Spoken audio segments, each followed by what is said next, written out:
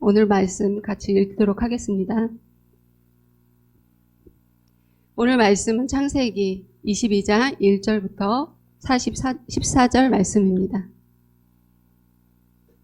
한 절씩 교독하도록 하겠습니다. 그 일 후에 하나님이 아브라함을 시험하시려고 그를 부르시되 아브라함아 하시니 그가 이르되 내가 여기 있나이다.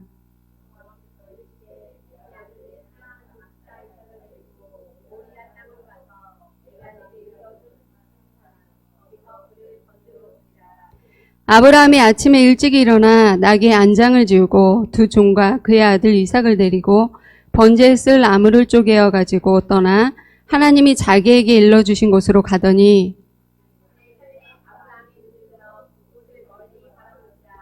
이에 아브라함이 종들에게 이르되 너희는 나귀와 함께 여기서 기다리라. 내가 아이와 함께 저기 가서 예배하고 우리가 너희에게로 돌아오리라 하고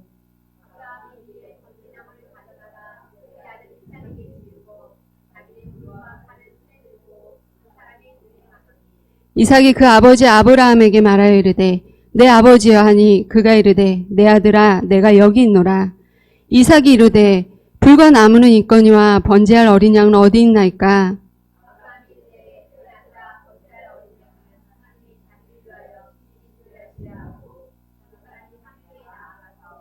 하나님이 그에게 일러주신 곳에 이른지라. 이에 아브라함이 그곳에 제단을 쌓고 나무를 버려놓고 그의 아들 이삭을 결박하여 제단 나무 위에 놓고 여호와의 사자가 하늘에서부터 그를 불러 이르시되 아브라함아 아브라함아 하시는지라. 아브라함이 이르되 내가 여기 있나이다 하니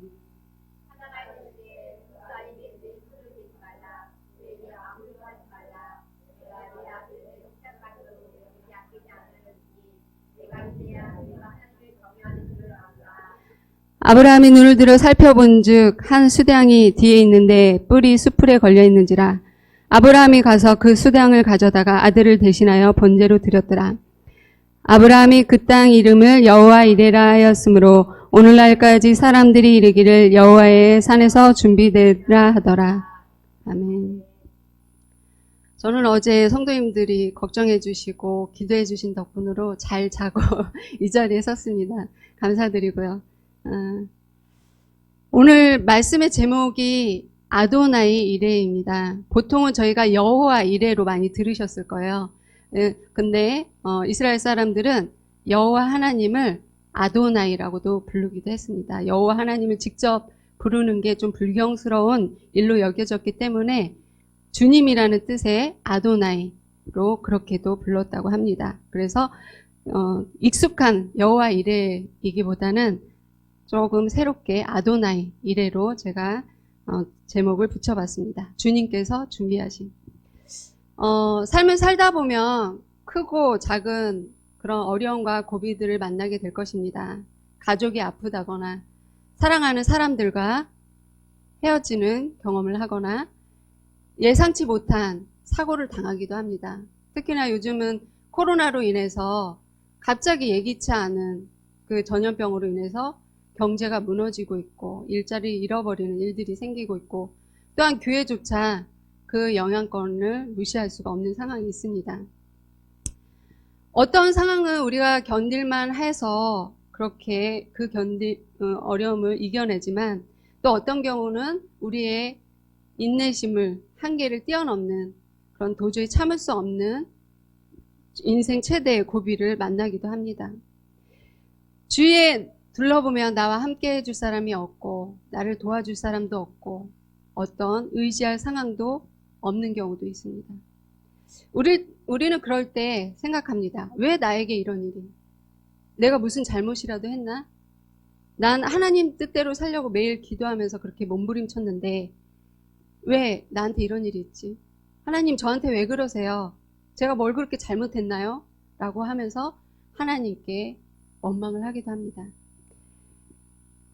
그런데 그런 고비와 어려움은 나의 실수와 잘못으로 일어나기도 하지만 나와는 아무런 상관없이 일어나기도 합니다.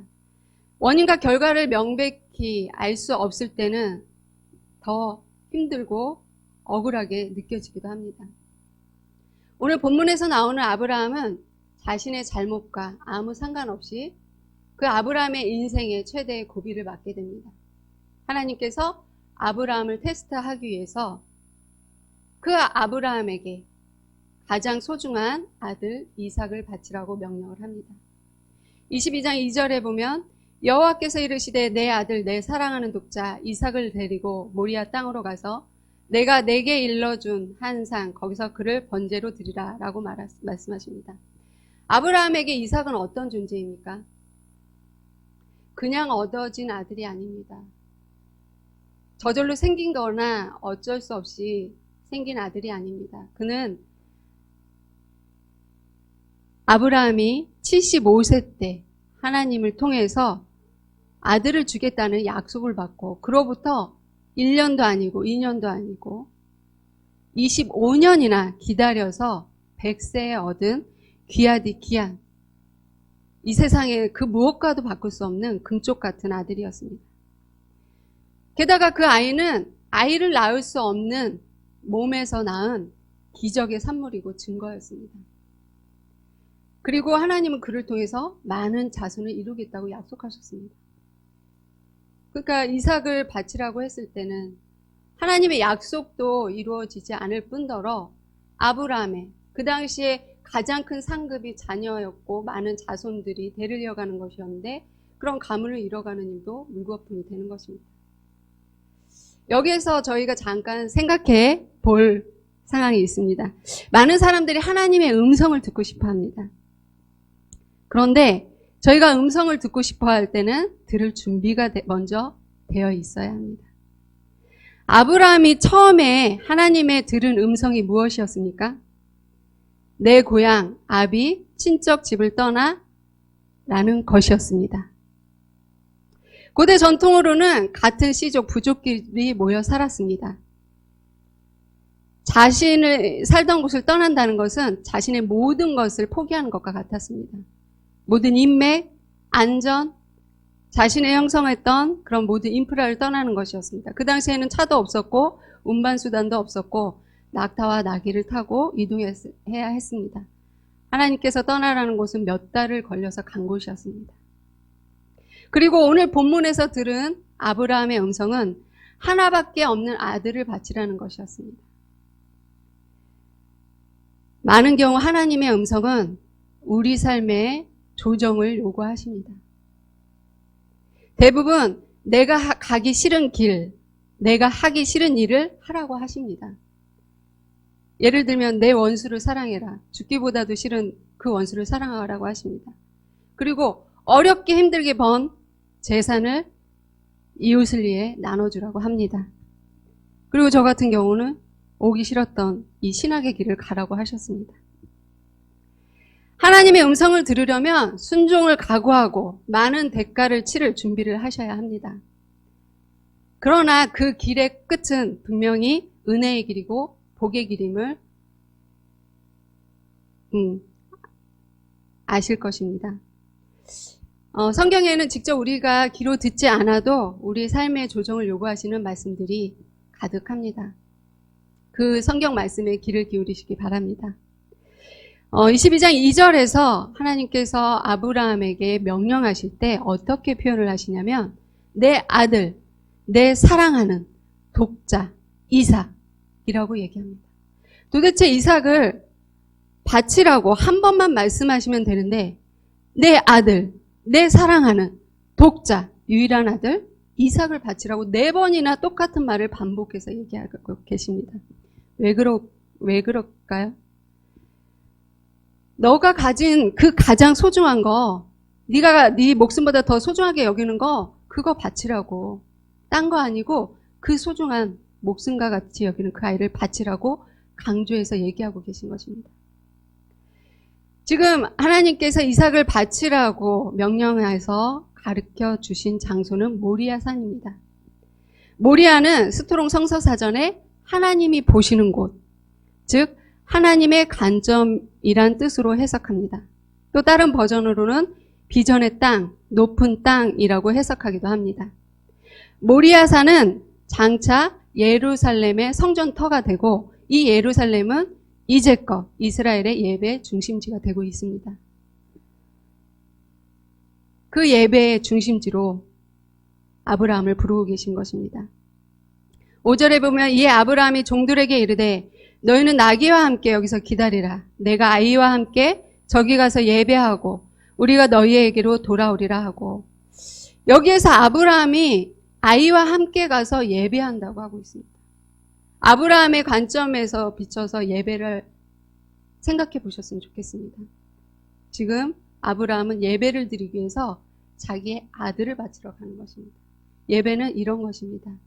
나의 가장 소중한 것을 하나님께 내어 드리러 오는 것입니다. 내가 절대로 놓지 못할 것 같은 그것을 하나님한테 내려놓는 장소, 그렇게 해야 하는 행위, 그것이 바로 예배입니다. 오늘 여기에 오신 성도님들은 어떤 마음으로 예배에 오셨습니까? 예배 드리기 위해 오셨습니까? 모리아산, 예배의 산은 나의 관점에서 하나님의 관점으로 바뀌는 곳을 의미합니다.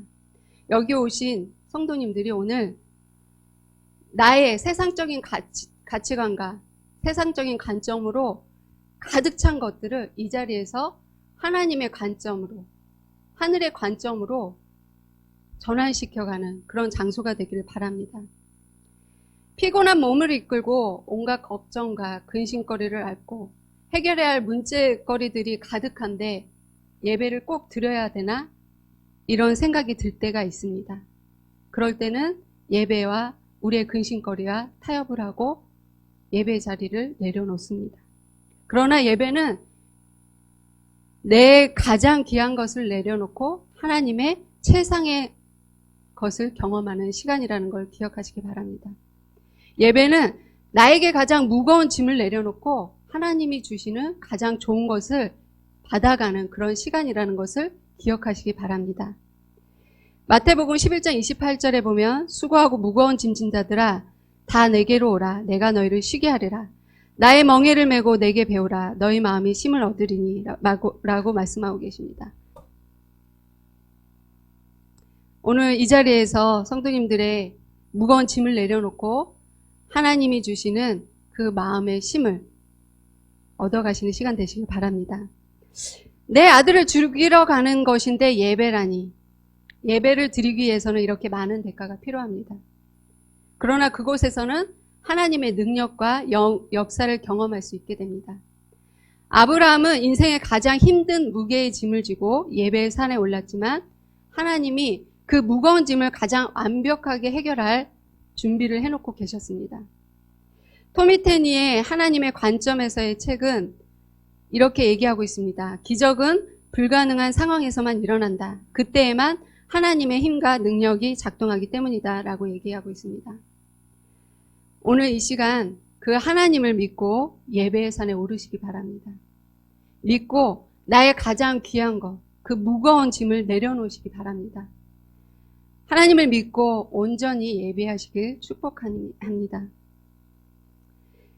22장 3절에 보면 아브라함이 아침에 일찍 일어나 나귀의 안장을 지우고 두 종과 그의 아들 이삭을 데리고 번제에 쓸 나무를 쪼개어 가지고 떠나 하나님이 자기에게 일러주신 곳으로 갔더니 제3일에 아브라함이 눈을 들어 그곳을 멀리 바라본지라 라고 되어 있습니다. 아브라함은 아침 일찍 일어나서 이삭을 태울 나무를 준비해서 두 종과 함께 길을 떠납니다. 그리고 3일 길을 걸어서야 모리아 산이 보이기 시작했습니다.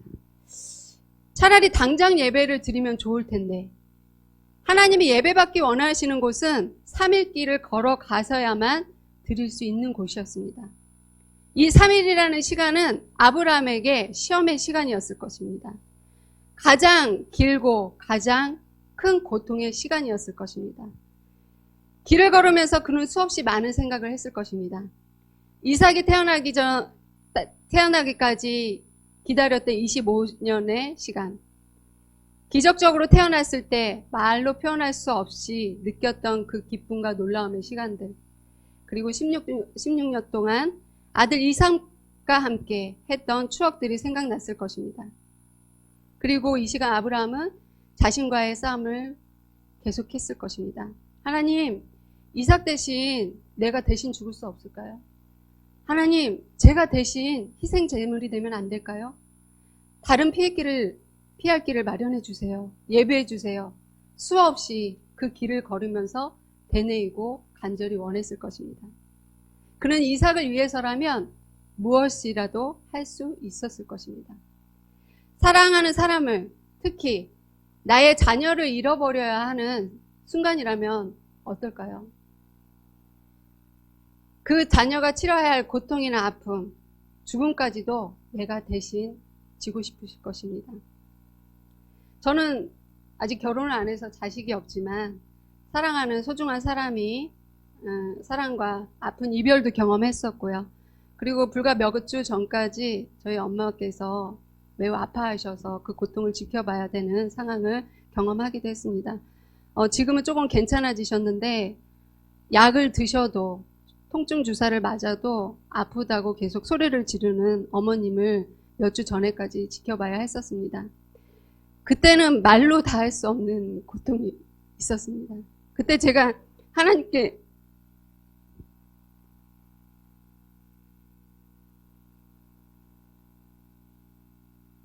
드린 기도가, 하나님, 제가 대신 아프게 해주세요. 엄마가 아프지 않게 해주세요. 제가 대신 아플 수 있다면 제가 대신 아플게요. 그렇게 기도를 했어요. 아마 이삭도 이런 심정이지 않을까요? 아들이라면 더더욱 자기 몸을 깎아내리는, 자기 뼈를 깎아내리는 그런 고통에 서 있었을 것입니다. 그런데 하나님은 그 아브라함이 아니라 이삭을 원하셨습니다.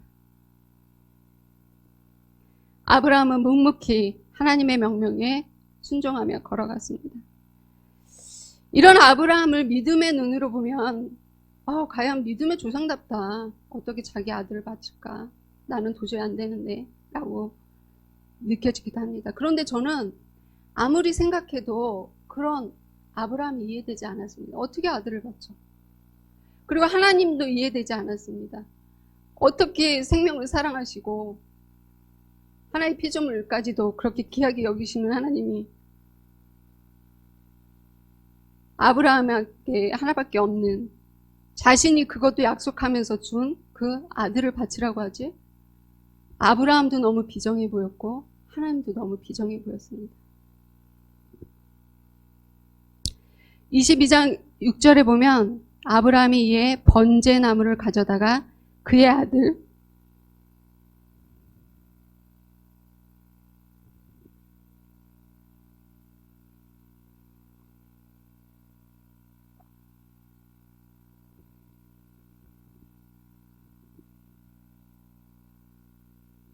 이삭에게 지우고, 게다가 아브라함은 지금 이삭이 자신이 태워 죽을 그 장자까지 지고 가게 하고 있습니다.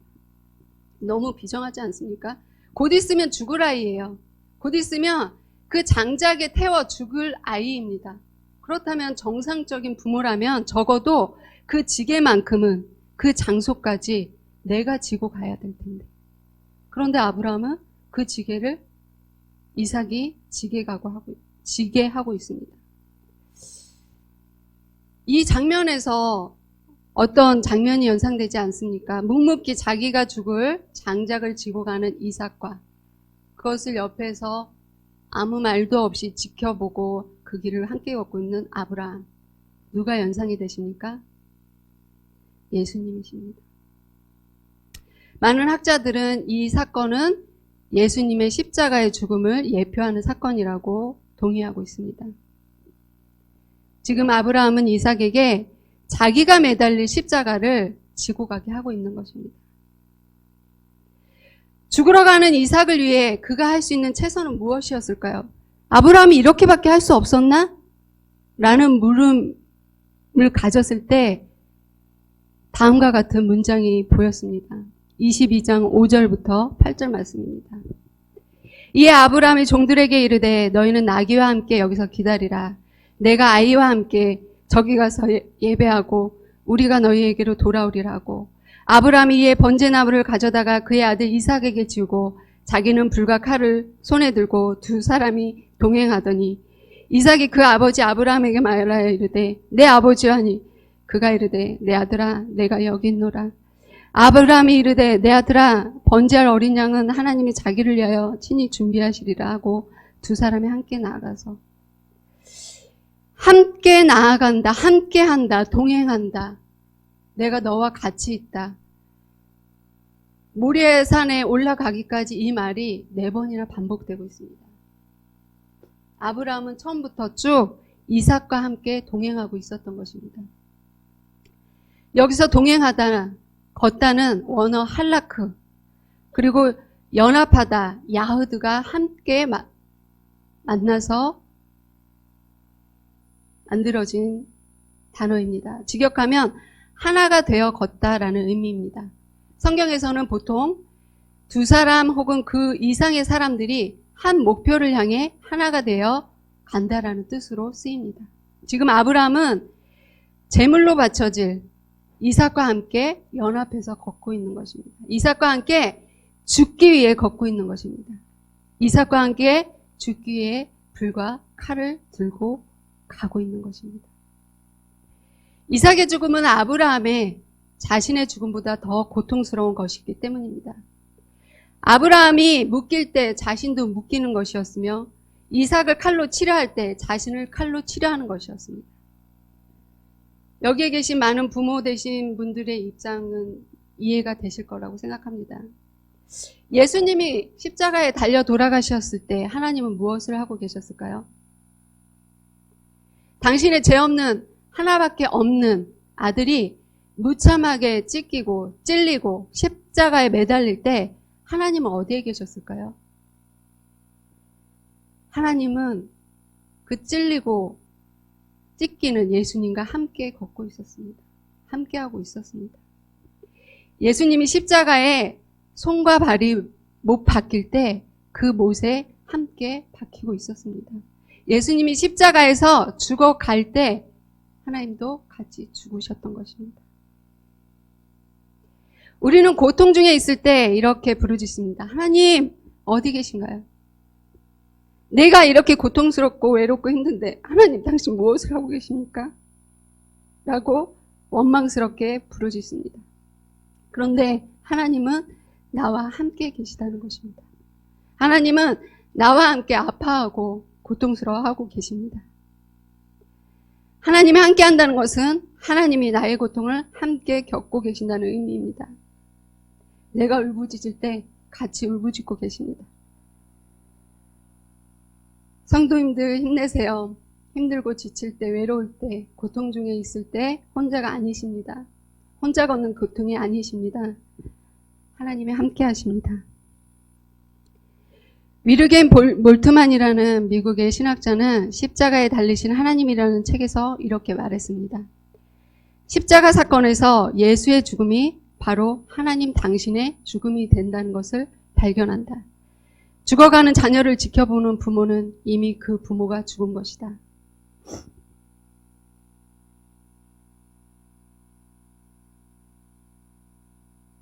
아브라함은 자신의 가장 소중한 아들을 하나님의 번제물로 올려드렸습니다.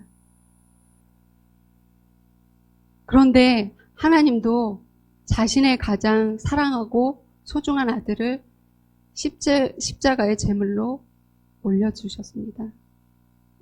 왜냐하면 희생 제물은 가장 귀하고 아름답고 온전한 것이어야 하기 때문입니다. 아브라함이 이삭을 칼로 죽이려 할 때 하나님은 말리셨습니다. 그러나 자신의 아들은 죽게 내버려 두셨습니다. 하나님은 이런 분이십니다. 비정한 분이 아니셨습니다. 죄를 지은 죄인인 우리가 죽어야 되는데 아무 죄도 없는 예수님이 십자가에 죽게 하신 것입니다. 창세기 22장 12절에 사자가 이르시되 그 아이에게 내 손을 대지 말라, 그에게 아무 일도 하지 말라. 내가 내 아들, 내 독자까지도 내게 아끼지 아니하였으니 내가 이제야 내가 하나님을 경외해야 하는 줄 아노라. 이 시험을 통과하고서야 아브라함은 하나님의 응답을 받습니다. 이제서야 하나님을 경외한다고 인정하신 것입니다. 성도 여러분, 하나님을 경외하십니까? 내 생명과 삶의 주인 되신 그분을 두려운 마음으로 존경하고 사랑하십니까? 하나님을 경외한다는 것은 내 마음속 깊은 그 소중한 내 보물 1호를 아낌없이 하나님께 내어 드린다는 것을 의미합니다. 하나님 다 되는데 이거 하나만은 절대 안 돼요. 이건 포기할 수 없어요. 라고 하는 그것을 하나님한테 내어 드린다는 의미입니다. 하나님을 경외하십니까? 내 생명을 대체할 수 있는, 바꿀 수 없는 그것을 드릴 수 있을 정도가 됐을 때야 비로소 하나님을 경외하는 것입니다. 이것이 아브라함의 믿음의 클래스였습니다. 이태원 클래스 들어봤지? 여기는 아브라함의 클래스. 여기 계신 성도님들의 믿음의 클래스는 어느 정도 레벨입니까? 내 마음속에 있는 1순위, 2순위, 3순위 어디까지 내어드릴 수 있으십니까? 1순위, 3순위도 안 됩니다. 0순위만 됩니다. 저는 이름이 형순입니다. 형순위를 드려야만 하나님을 경외할 수 있는 것입니다. 하나님을 경외하는 클래스는 이 정도가 돼야 됩니다. 우리 포도나무 클래스가 이 정도의 믿음의 클래스가 되기를 축복합니다. 생각으로는 그리고 말로는 다 들을 수 있을 거라고 합니다. 사실은. 그런데 아무도 모릅니다. 막상 그 상황이 되면 하나님 누구세요? 저 아세요? 라고 도망갈지도 모릅니다. 하나님께서는 그 아브라함의 믿음의 실체를 확인하기 위해서 지금 이삭을 바치라는 시험을 하신 것입니다. 14절 아브라함이 그 땅 이름을 여호와 이레라 하였으므로 오늘날까지 사람들이 이르기를 여호와의 산에서 준비되더라 하더라. 여호와 이레 하나님께서 준비하십니다. 내가 내 것을 완전히 내려놓는 순간 내 손에 꼭 쥐고 움켜쥐고 내려놓지 않으려고 했던 그것을 내어놓는 순간 하나님께서 준비하신 그 여호와 이레를 경험하게 됩니다. 내 생명 같은 존재를 내려놓을 수 있을 때야 여호와 이레를 경험할 수 있게 되는 것입니다. 내가 이같이 행하여 내 아들 독자도 아끼지 아니하였은즉 내가 내게 큰 복을 주고 내 씨가 크게 번성하여 하늘의 별과 같고 바닷가의 모래와 같게 하리니 내 씨가 그 대적의 성문을 차지하리라. 내 씨로 말미암아 천하 만민이 복을 받으리니 이는 내가 나의 말을 준행하였음이니라. 아브라함의 믿음의 클래스 정도가 돼야 하나님의 약속을 받고 그 자손들로 말미암아 다른 사람에게 흘러갈 복이 임하게 되는 것입니다. 구원은 아무런 대가 없이 은혜로 주어진 선물입니다. 그렇지만 믿음이라는 대가를 치러야 합니다. 하나님을 전적으로 신뢰하는 대가라는 것은 그분의 성품을 믿고 따라가는 것을 의미합니다. 그분의 성품을 믿고 따른다는 것은 그분이 말씀하시면 아멘하고 그대로 순종하는 것을 의미합니다. 그것이 내 하나밖에 없는 25년 만에 기적적으로 얻은 아들을 바치는 일이라 할지라도 아멘하고 순종할 수 있어야 되는 것입니다. 여호와 이레의 하나님은 우리에게 무엇을 준비해 주셨습니까? 바로 십자가에 달리신 그 아들 예수님을 우리에게 준비해 주셨습니다. 그 아들로 인해 우리는 영원한 삶을 누리게 됩니다. 하나님과 함께하는 삶. 그것은 우리를 위해 준비해 주신 것입니다. 하나님의 이레를 경험하고 싶으십니까? 하나님의 시험의 산에 오르시길 바랍니다. 정상까지 올라가야만 그곳에 이를 수 있습니다. 중간에 포기하면 절대로 경험할 수 없습니다. 힘들다고 지친다고 포기하면 하나님이 준비하신 것을 볼 수가 없습니다. 끝까지 그곳에 나의 가장 귀한 것을 들고 갔을 때에 하나님이 준비하신 최고의 상급을 받을 수 있게 됩니다. 하나님께서 우리 각자의 신앙을 테스트하기 위해서 그분의 모리아산으로 부르실 것입니다. 그 모리아산은 각자 규모가 다를 것입니다. 그러나 각자에게 너무나 오르기 힘든 길일 것입니다. 그리고 힘들어서 포기하고 싶은 길일 것입니다. 그러나 그곳은 우리가 오르고 서야 할 예배의 최적의 장소가 될 것입니다. 그곳에서 하나님이 우리를 기다리고 계십니다. 여호와 일의 하나님이 우리를 위해서 선물을 준비해 놓고 기다리고 계십니다.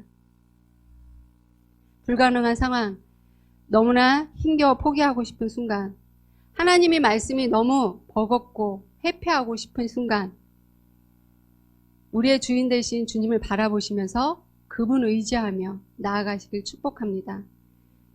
그분이 함께 나와 걷고 계십니다. 나와 동행하고 계십니다. 그분이 그분의 산에서 우리를 위해 준비해 놓고 계실 것입니다. 기도하겠습니다.